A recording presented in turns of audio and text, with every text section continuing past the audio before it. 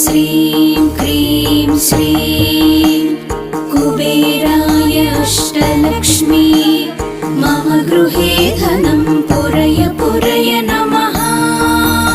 ॐ ह्रीं श्रीं क्रीं श्रीं कुबेराय अष्टलक्ष्मी मम गृहे धनं पुरय पुरय नमः। ॐ ह्रीं श्रीं क्रीं श्रीं